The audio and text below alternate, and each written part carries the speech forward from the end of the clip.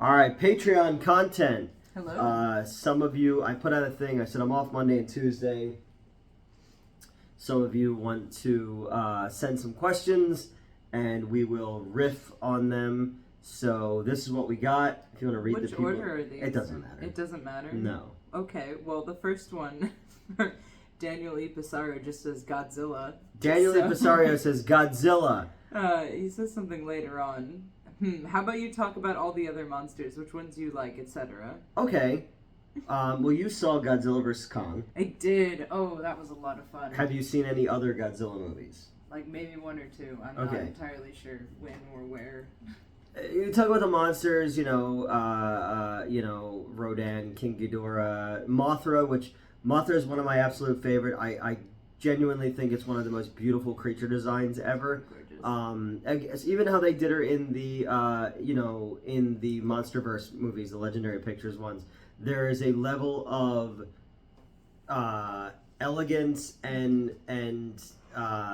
brutishness to them, which I think is so beautiful, and I've always liked her as a strong female role model, which is weird to say, but Yeah. she's a god to her people. I always like the two little chicks who were always with her and their little song, King Caesar and I don't know. I grew up on Godzilla. I think I've talked about it before. Growing up in the 80s, Toho was still making Godzilla films before they took the long gap. There used to be a Saturday afternoon matinee monster movie, and it would either be Toho stuff or American or British monster stuff.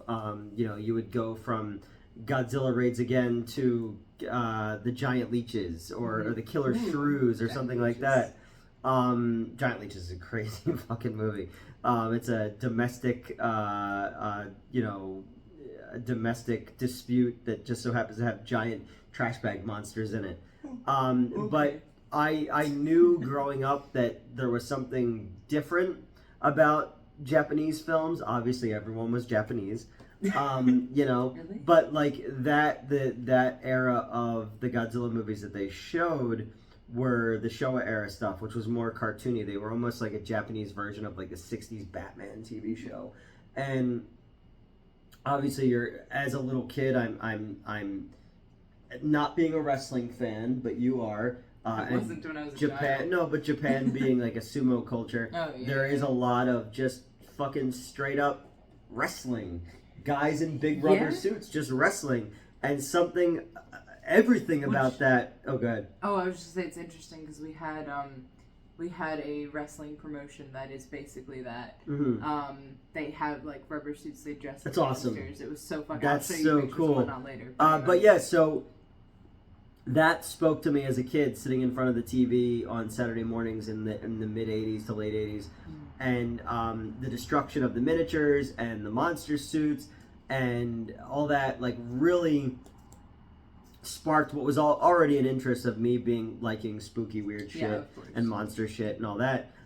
So I genuinely was in love with the concept of the Godzilla film, the Toho, the kaiju film in general. And it's only grown over the years. I've seen everything, as stuff was not available on tape, I would get bootlegs of it. Agarius and just all those monsters, like the guys in the suits, I think is so fucking cool. And just the weird designs and I don't know, all of it. And but my all-time favorite kaiju film is War of the Gargantuas. I love that movie more than I could love a human child. The two big Frankenstein monsters, the brothers fighting each other and the words get stuck in my throat song and all that. I fucking love that movie so much. So I would say of all the giant monster movies, as much as I love Godzilla, I love the Eastern and the Western because it was dubbed and all that kind of stuff. But War of the Gargantuas tends to be the one that I go back and revisit the most, just because that movie is like a warm, safe blanket. So yeah, Godzilla. I hope that answers my Gear Godzilla question. Yes. Okay. Okay. Can you pull up the rest of Yep. them? Oh yeah, because it was heavy talking about the other monsters. Okay. Alright, so Hunter Armstrong asked a whole bunch of questions actually. The first one was some of your favorite black and white movies. Well, my favorite movie of all time is Black and White, Ed Wood. I don't know. I guess a lot of people don't like black and white movies because oh, it's so old. I would go directly because being a horror fan, you know, I go directly into the Universal horror films, the Val Lewton shit, not shit, fucking brilliant. Cat People is incredible. You know, Night of the Living Dead, but the, you know, you have classic films. You know, like M and Metropolis, and I'm a big fan of film noir and Casablanca and Citizen Kane. Like, it's so obvious, those type of films. I don't discriminate against things because, like, as a young, like, wannabe film person, I wanted to see all of those things. And there's something about the starkness and the richness of black and white, especially when it's from film stock, which makes film feel more like film. Even like low budget, trashy stuff like, you know, Creature from the Haunted Sea, or as we were saying, the fucking Leech People and stuff like that. You know, so yeah, I don't know. I'm a big black and white movie fan. And it's not just in genre stuff too. You know, I also, you know, the classic films of, like, you know, Sunset Boulevard and stuff like that. It's just whatever, you know, film is film. And I don't discriminate, but I do know a lot of people who refuse to watch black and white movies. That's interesting. I never would have guessed that. Yeah. I don't know how many black and white movies I've seen because I don't remember them as being in black and white. I know that sounds odd. But No, like, not my at all. brain's like, oh no, this is just another movie that I watched. And then, you know. Because I think I remember running into that first with, is Clerks in black and white? Yeah, yep. Okay, yeah. I thought I remembered being... That was shot black and white. Like, that was, like, on purpose. For money reasons. Oh, okay. But then the idea that it looks like, it would look like security footage is, like, a nice, happy accident. Right, and I know that it's not, like... I know that wasn't, like, the same type of black and white you were talking about with some of the other movies. I was more just, like... Jarmusch's Dead Man. I remember being in black and white I've seen, but I've definitely seen other movies that are in black and white. I just don't remember. But even like more modern movies that they do it as a artistic, like I mean, not modern, but Schindler's List.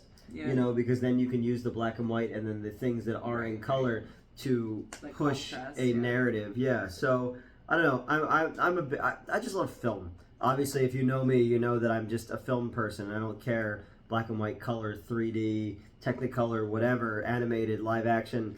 I find something in pretty much most films that I've seen that I can find something about it to appreciate and redeeming. So yeah. Yep. Cool. Also from Hunter Armstrong, did you watch Nick at Night growing up? I did. I Love Lucy and Bewitched and The Munsters. I fucking love The Munsters. Yeah, that was a big thing growing up, was Nick at Night. I remember, like, the first time seeing it, like, the Honeymooners were on there and stuff like that. But it also meant that, like, as a little kid, it was like, okay, well, the fun stuff's over, and now it's, like, the grown-up stuff.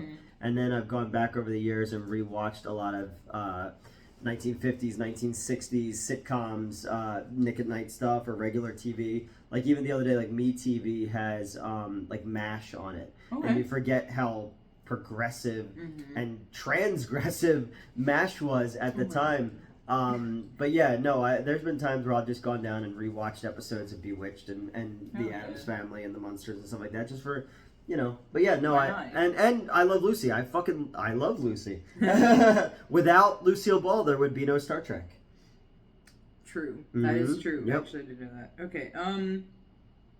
Did you ever watch any of the later... Sorry, this is still Hunter. Yeah. Did you watch any of the later seasons of MST3K, like the Netflix... Okay, whatever screenshot you took there, just cut off. Oh, okay. The Netflix one, I guess. Yes, I did. When it came back, I did watch it. It has one of my very favorite episodes, Cry Wilderness, which was part of the Netflix series. I thought that was fucking amazing. It was like one of the funniest episodes ever. They did Star Crash as well, which is a movie that I actually Luigi Cozzi's Star Crash, which is a movie I genuinely like. And then there was the stuff that came out after Netflix, where they did the Shout Factory stuff. They did one of the El Santo films. They did Munchie, which was Fred Olen Ray is in, which was also was done.